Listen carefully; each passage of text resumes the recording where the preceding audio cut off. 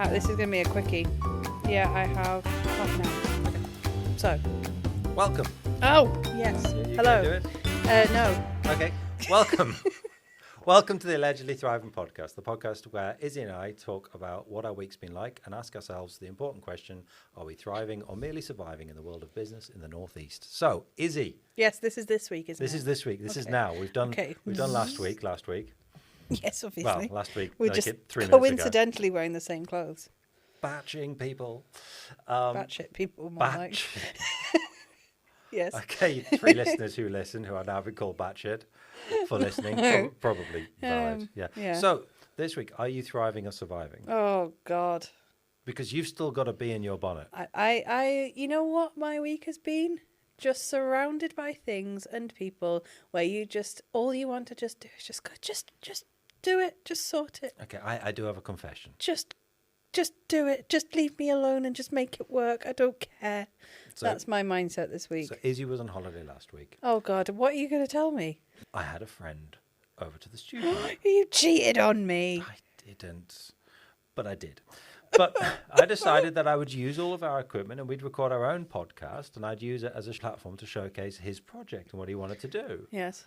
I went rogue. Unfortunately, didn't change the backdrop, so it was the backdrop of your podcast. You know what is weird is you were in a room that I pay for with the kit that we own, with a person I've never met before, with the background of my podcast. Chris did see him. And talking to a total stranger. Well, not a total stranger to me. Fair point. It wasn't just a random off the street. No, I've known James for 20 years. So carry on. He's got a great idea. He's trying to promote a business, bringing music to children, getting children to sit there and use synths to kind of collaborate and make music together. It's a really cool idea. You know what you could call it? What? Common synths. Common synths.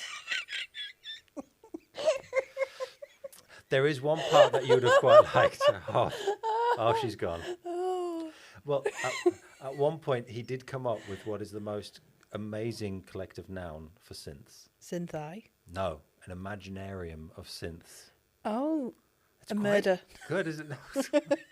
No, it's just a of synths. Of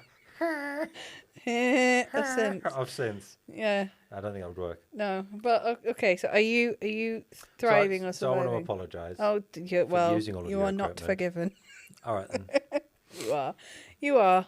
Okay, so are you thriving? I was thriving at the beginning of the week. Thank God! I thought you were going to say at the beginning of the podcast. yeah, I was, and it's. I was like, oh no, it's I'm really going precipitously downhill. And I guess there's been half thriving, half surviving. So thriving. I'm surviving because I'm just so tired. You've been thriving. But then thriving because I've booked a few more interviews in for my interview project that I'm trying to do. I created a backdrop, which we're here. It's got our name and ducks with hats on. Which if we stand here, if we're like this. And if you're listening and not watching, we don't mean that we are the ducks. As in, we have 2 ducks behind us. We are the ducks. I'm a sexy mother ducker. Metaphorically, we are the ducks. There's Quack. a lot of deep meaning Quack. to this. Yeah. So, yeah, some things have gone well, some things not so well, and it's just a case of muddling on through. But overall, yeah, probably okay. Same shit, different day. I think I am... I feel we're quite low energy in this one. I'm really tired. You know what it is? Is that I don't know if it's a blessing or a curse to have a smartwatch that tells you how much you've slept. I don't know if that's a good thing or not, because I sometimes will feel really like I've not slept at all, and I'm like, oh, I bet I only got like 4 hours or something. And I'll look at my smartwatch and it's like, you slept for 10 hours and 30 minutes. Yeah, but the smartwatch lies. The smartwatch goes. It tells me that I had like REM sleep and then I had this and that, and I'm like, But it lies. It's gathering all of that information by passing an infrared light through your skin to try and measure your pulse rate. Yeah, that's all it's doing. So it's using some little algorithm to sit there and say, oh, okay, that's nice and slow and steady. Yeah, that's deep. Oh, okay, that's REM. And she's dead. Cause I've been times I've woken up 2:30 in the morning. I'm lying in bed awake. I'm like, fine, I'll go downstairs, and I'll sit downstairs and I'll put YouTube on and I'll watch YouTube for an hour. And my watch will tell me I'm sleeping for that hour. because my heart rate's still 52 or 53 Yeah. because I've not done anything. That is I'm just true. like that. My brain is awake, but it's kind of not fully awake. It's just that I can't go to sleep and I'm not getting So, any rest awake. do you have a like? Because I have noticed that last thing at night and first thing when I wake up, if I use my phone, it absolutely mashed potatoes my brain. Like this morning, it wasn't even bad. It was just the sheer amount of information I poured into my brain at 6 o'clock in the morning. So my alarm went off, turned it off, looked at all the notifications that came through overnight, which are often just emails being like, "Where are you? Please buy something." And then I was like scrolling through Instagram, and then I was like, ooh, I wonder what the Channel Tunnel looks like from above. Is it in the water? Is it under the ground? Can you see a bird's eye view of it? Went on Google, was looking it up, was like looking for images of it. And then I was on Amazon, and then I was on but like what I mean is, I think we need to circle back to that. but it hadn't even hit 6:05 in the morning, and I was looking things up, working out what things are, checking notifications. I was basically like, I was barely awake at that point. And that shocked me insofar as I'm like, hang on a second. Like, slow the F down. So when I go to bed, I normally read for about half an hour. I do. And that's my slow down. Yeah, I have to. to. So I just chill out, I get involved in my book. And then when I've read the same page 2 or 3 times, that's my brain saying, you're not taking this in, go to sleep. And then I go to sleep. And recently, in the last couple of weeks, what I've started doing in the morning is I don't pick my phone up. I sit down and I go and have like multivitamin and make myself a coffee, and then I'll sit and I'll journal for 15, 20 minutes. And it's not kind of, it depends, I'm trying different things. So there's an element that says actually you should say what you're grateful for, and apparently it does all sorts of good things for you. Now, my instinct reaction is just to go, what a bunch of bollocks. But studies have shown it works. So I'm thinking, I'll try it. So I'm saying what I'm grateful for. I'm trying to put myself in a positive mindset. What are you grateful but also, for? Today, what are you grateful for? Today? Yeah. Well, today I'm great. I found it quite tricky because I left my notebook. In a plant. So I could have used something else, but I was thrown. So you're very ungrateful today. But, yes. I do that, but I also use it to plan my day. So I try and sit there and determine what it is I want to achieve in that day. So I set my daily goals in terms of work and in terms of other things there and then that I can then slowly tick off during the day. Then I'll pick up the phone or go to the gym or something like that, and I'll start my day. I think that the phone has, I genuinely want to not have a phone. I want to disconnect, completely, but then I can't because my job and my life and everything, everything, your bank account, everything, you literally could not get by without a smartphone now, I don't think, if you wanted to lead a lifestyle like I have, which is a business owner. I think it would be harder. But at the same time, can you not just set boundaries? But this is the thing. Because you could go home and just turn your phone off. I know, but this is the thing, is that then I get all the what ifs. Like, what if this happens? What if someone tries to ring you? What if it's an emergency? What if this happens? Literally, my brain goes a million miles an hour, and I think it's not helped by the phone, but I'm also I've got these handcuffs on me. So if you could set your phone up in such a way that it will only accept incoming call, and that's it. You brick your phone for 12 hours, so all it can do is receive an incoming call. You can't do anything on it. Would that be something you'd want to do? No, because I have a stupid brain. And the way my brain works is if you put something... Basically, if someone says I can't do something, I will try and do it anyway. So... Yeah, well, even if you're telling yourself you can't do it. Yeah, so if I have something on my phone called O Launcher, which is... So you actively sabotage yourself? Yes. And if you're listening and you agree, do say. Because I have something called O Launcher, right? Which is basically, it can turn my phone into that, which is just four, I don't know, just literally 4 things instead of pretty icons. That's literally it. And if I want to, it tells me my screen time up there. It tells me what I've been doing. And if I want to find an app, I have to physically type it in to look for it. So it makes my phone less exciting. You know what I do? I have that open and I'm like, oh, well, this is boring. This is hard. I just want to get to WhatsApp. The part of me that wants to just be just make it work, just overrides it. And I go, well, why am I doing this? Jane, my wonderful wife, she just turns her phone off at night time. Oh my God, I wish I could. I wish I could, but then See, I'd be more But anxious. she turns her phone off, and I put my phone on charge, both downstairs. Oh no. If there was an emergency during the night, we wouldn't know until the No, morning. see that because my biggest fear, other than peacocks, is the fear of a phone call in the middle of the night. Literally, I go to bed because I have do not disturb on my phone. I turn that on pretty much as soon as I leave work. But it means that the people who are emergency contacts, like my mum, my dad, my nana, my brother, anyone who, if there was an emergency, that would qualify. They override the do not disturb straight away. So I put it on do not disturb, and I know that if it does go off, that means it's someone in my immediate circle. So that is what I do on the main, basically, and overnight. But I do lie there at night, and I have the worst fear of hearing my phone buzz at like 1 a.m. So it terrifies me. It's quite freeing not having it, and how the logic is, both of our sets of parents are at least 3 hours away. Yeah, see, it's different. So from our perspective, if something happens as an emergency... Yeah, what can you do? You're not a paramedic. Exactly. Yeah. You know what I mean? It's going to be at least 3 or 4 hours before we could get there if we left right now. So if it's incredibly bad or critical, we're never going to make it in time. Yeah. So we may as well just find out in the morning, otherwise, and not race down and be all panicked and stuff like that. It would change if you knew somebody was ill, because you keep your phone on just in case. If somebody was end of life, that kind of thing, of course you keep your phone on and stuff like that. But it's just the fear of an emergency, like, because that is literally my worst fear. But what is the worst emergency? You got to think emergency-wise. Death, illness, that sort of, like, because really in the past I've had things like my phone rang in the middle of the night once, and it was my brother and his wife had gone away for his birthday for the night in Newcastle, just for a night out, like 20 minutes down the road, but in a hotel. And my parents were looking after my nephew, who was 1 at the time, and he just stopped breathing in the middle of the night. And he had croup, which means obviously, your lungs basically just stopped working.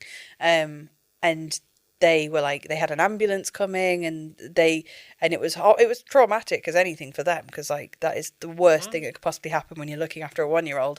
And they rang me in the middle of the night and said, we can't get hold of Tom and my brother and his wife. We can't get hold of them because they're on a night out. They're not on their phones basically, but we need you because and they would have been drinking as well. So they said, you don't drink. We need you to go pick them up and take them back to the house. Right. So I literally, in the middle of the night, in my pajamas, no bra on, and my big Deirdre Barlow glasses, was walking through the Crown Plaza in Newcastle with a Polish concierge who was very nice, looking for their room and knocking on the door and dragging them into my car and driving them to their house. Like, and I'd only been awake for about half an hour, and then it was all fine. Got there, everyone was all right, and then I went home and it was 3 a.m. and I went back to bed and I just stared at the wall for about 6 hours. But like, that was the best case scenario. But even then, it's never good news.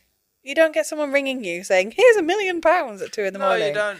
It's the fear of my phone buzzing in the middle of the night is literally like, it gives me so much anxiety. So like, I have to keep it with me because I know that it's literally sod's law is the day I decide to not have my phone on me is the day something terrible happens. Yeah, so then I'm in this never-ending cycle.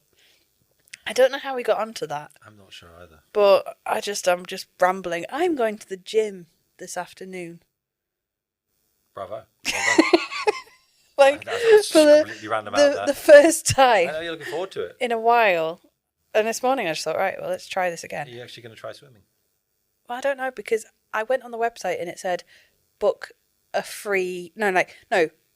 a day pass. And I was like, okay, I'll book a day pass because I don't want to commit straight away. And then their terminology after that was a tour.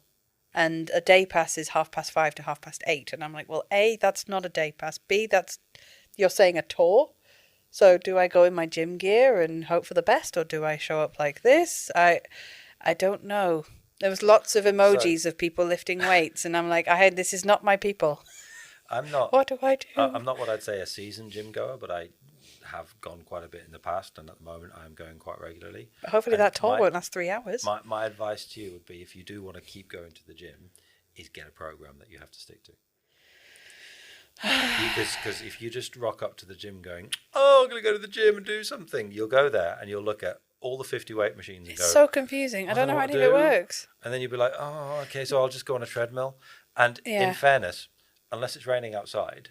Just go for a walk. I know. Yes. Everyone on those treadmills and gyms look like battery hens. Just like, but then also, I have the fear, the biggest fear, other than obviously the other fears I've talked about. I'm a very scared person. You have a lot of fear.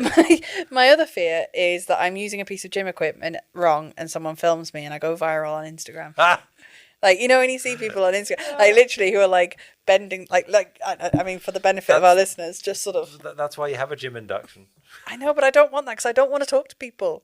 I don't want to talk to Vlad or Sally in their like polo shirts telling me how to lift stuff.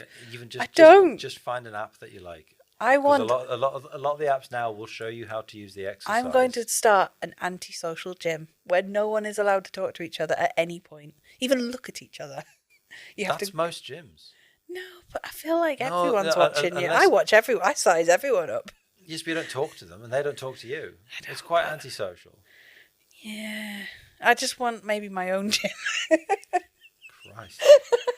If I win the lottery. Anyhow. Well, good luck. Thank you. Good luck with the gym. Thank you. So Hopefully I have a story. Survive. Oh, yes. I got very, very excited this weekend. I got excited over a book. Oh, I know. Nerd. But I know. It's my favourite author. It's hard sci-fi. It is genuinely very nerdy. Did you get another Maeve Binchy out? Fuck you. No. It's by someone called Neil Asher. Screw you. Danielle Steele. But I was just scrolling for books that were out, and I realised it was just being released. It was released on the 14th of May. Yes. Of May, so it was like 3 days ago. Mm-hmm. I was like, oh my God, I must have it now. Found it. It was at the Waterstones. Pre-ordered it. I was there on the Sunday. Oh. Got the book. I was like, hardback, excellent. I was searching through all my bookcases to figure out what format I got the first one in, whether I'd got it as hardback or whether I'd got it as Kindle, because I have to match. Oh. So I now got the second one, and I'll go through this whole rigmarole next year when they do the third one. I hope the book's good now. It's brilliant. I love Okay, good. Because it's like, sometimes when you have these build-ups, you're like, ooh, it's going to be amazing. And then But it was like, it's going to sound sad, probably the most excited I've been all year. No! And I've been on holiday. No, just in terms of... Small joys. Yeah, absolutely. And I love the fact... It's like when you have those forever films that you'll just watch again and again, and you always get that feeling of joy from it. Oh, I am a rewatcher. Like, you with your Titanic, it's that thing, and that's why I think I love visual media. I love art. I love books and stuff. The fact that they have the ability to make you just feel so excited at being involved with them. But here's a question on that front then, because if it's a comfort thing or a piece of content that makes you feel like, that feeling, do you think there's a limit on the amount of times you can consume that same content over and over again in a year? I think it depends on what it is. Because I have this thing where, like, I feel like if you've seen a film this year, you should wait till next year to see it again. Like, you don't, like, if you want to rewatch a film, you should wait a year.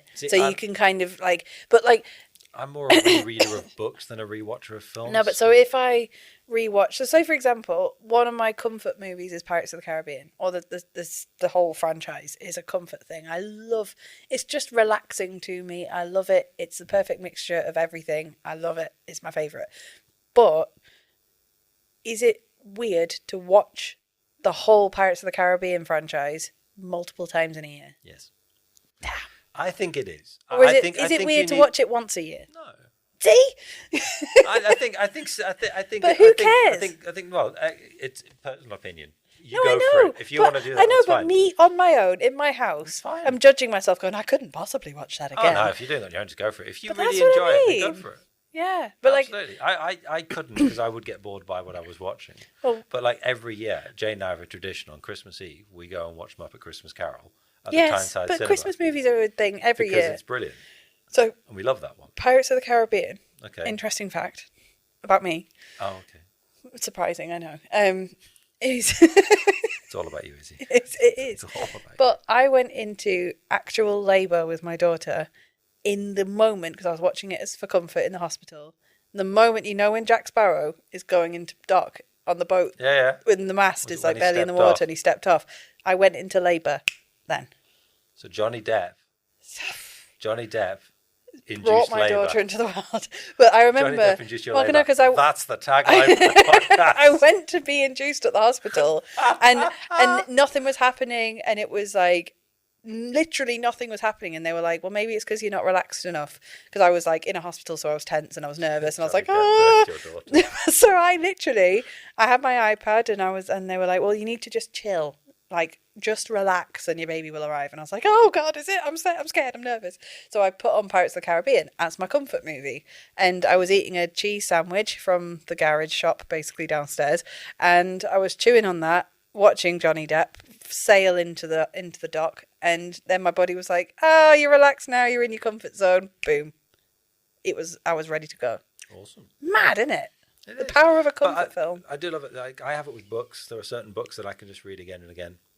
There has to be a gap between them. But like, I've got every single Terry Pratchett, and every 3 or 4 years, I'll start picking them up and do them. The Wheel of Time series, I'll do every 4 or 5 years. I'll start them again and just That's think, like I want to go through climbing it all. Everest again and again and again. But I enjoy it. That's impressive. But then I think it's the same. There are some kinds of music, some types of music, some songs that you just will never tire of. I worked in a pub for 4 years, and that jukebox just played the same songs over and over again. I got so bored of them, except for Sweet Child of Mine by Guns N' Roses. I must have listened to that song thousands of times over the 4 years I was at that pub, and I still love that song. And is there a song when it comes on shuffle on your phone or Spotify or whatever? Is there a song you will when you're skipping and skipping and skipping, going, no, not my vibe, no. Is there a song that you will never skip? Anything by Incubus from the Science album. Okay. Because it's brilliant. Yes. Silverchair Frog Stomp. What? Silverchair. Are you having a stroke? Oh no, you played that to me. Mm-hmm. Yes. That never gets skipped. Okay. Chop Suey. Wake up. Never gets skipped. It's just such a good song. And then there are others. So I think Lynyrd Skynyrd. Sweet Freebird. home Alabama. Freebird never gets skipped. Journey. Don't Stop Believing. I've seen Journey, and the funny thing about seeing Journey live is that they play all the songs you don't know, and then at the end play Don't Stop Believing. Of course they do. And you're sort of going through some of the music like, you're like, oh, for God's sakes, no one cares, just play the one song. I mean, Don't Stop Believing, it's hard not to sing along. Don't stop. Well, you are just a small town girl. Absolutely. Living in a terrible world. For me, the song... Getting a midnight train to anywhere. Not on HS2, but that was last episode. That's a very slow one. But yeah, I love the power of music. That there are some songs that you just they make you feel good, and I think that's why I really like. That's why arts I think are so important. Whether it's music, whether it's film, whether it's TV, whatever it is, it doesn't matter what it is. I think, and people say there's too much TV and there's too much crap on TV and stuff like that. There probably is. But within that crap, there are still some absolute jewels. Oh, absolutely. And because everyone is different, all that miasma of crap that I consider to be utter crap might be the jewel for somebody else. Oh, absolutely. So if there's somebody out there that has that comfort, who, for instance, might just want to sit there and continually watch Pimple Popper, because Dr. Pimple Popper, because they absolutely love that. Have you seen my search history? Then go for it, I guess. Not my cup of tea. See, this is the thing though, is that I get into TV shows, I get into music, I get into books. Don't make me part of your community. Don't want to be part. I don't want to join a community. I don't want to immediately... You don't want to be a member of the fan club? No, please don't ever include me. Like, I want to be a fan, show my support, buy the things, buy the merch, do the stuff, go to the place, but please do not put me in a group of people that also like it, because I have the thing, which is that the things I like, I don't like the people who also like what I like. I wish to be left alone. See, I always like it when you get shows that really weren't that good but get a really good cult following. Yeah. So there was a sci-fi show from the 90s called Space Above and Beyond. They only did one season. They ended on a real cliffhanger. It was quite badly produced, but it was brilliant. It was really engaging and entertaining. And then you had Firefly. Firefly got such a cult following, and actually it was quite rubbish. It was cowboys in space. It was a Western space crossover with Nathan Fillion. but the characters were quite engaging, and it was cheesy, but you liked watching it. Yeah. And it's got such a cult following. And that's now. what matters, though, liking watching it. Like, I think, like, I have... One of my favourites is Red Dwarf. The Yes. early series of Red Dwarf. If you ever want to see, and if anybody young is watching this and you've never seen Red Dwarf, watch it, because it is an example of the lowest budget set building you can ever get. And it was so good. Speaking of which, you need to speak to John about Holly. Oh, right. So a fellow friend of ours has included an AI system in his new digital landscape, and it's called Holly. So he called it Holly. Yeah, Brilliant. So I mean, he had to explain it to me yesterday, like I was a total chimp. But so next week, do you think you will be thriving or surviving? I have a bunch of interviews planned for next week, so I'll be thriving. Also, it's a bank holiday, and I've got quite a bit of work on. So yeah, I'm happy. Well, next time I may be thriving as well, because by the time we record our next episode, I may have pink hair. There's no may about it. You will. I will have pink hair. Absolutely. So manifest it. Yes. So that. So. You realise I'm going to clip that. That's going to be clipped now. I'm going to put it. No, so I think I actually put that as your ringtone on my phone. Oh no, if you're doing that, let me do a different one then. Just be like. You're not as good as Sarah Milligan as that. Sorry. So I think I will be. I think I will be thriving, hopefully, because everyone will be back. My dad will be home. I'll be okay. Everyone's here. The end. Okay, cool. Well, thank you very much for listening on that. Well, I think we should draw this to an end, because somebody has to get a gym induction and realise she doesn't know how to use any of the machines. I don't have to go to the gym. So are you wimping out? You're wussing out on your day pass? No. I'm not. I will be built like Mo Farah by the time we're on our next recording, with pink hair. That's a lot of fake tan. Right, end the episode. Okay. I'm sorry. That's. I'll have to get my chest removed as well. So, that'll be problematic. Thank you very much for listening to that episode, because we were knackered. Please don't section us. And thank you very much for listening. And yes, tune in next week for us to talk a bit more about whether we're thriving or surviving. Bye. Ta-ra, bye. That was fun. Do you think I really should go? Do you think I really should go to the gym?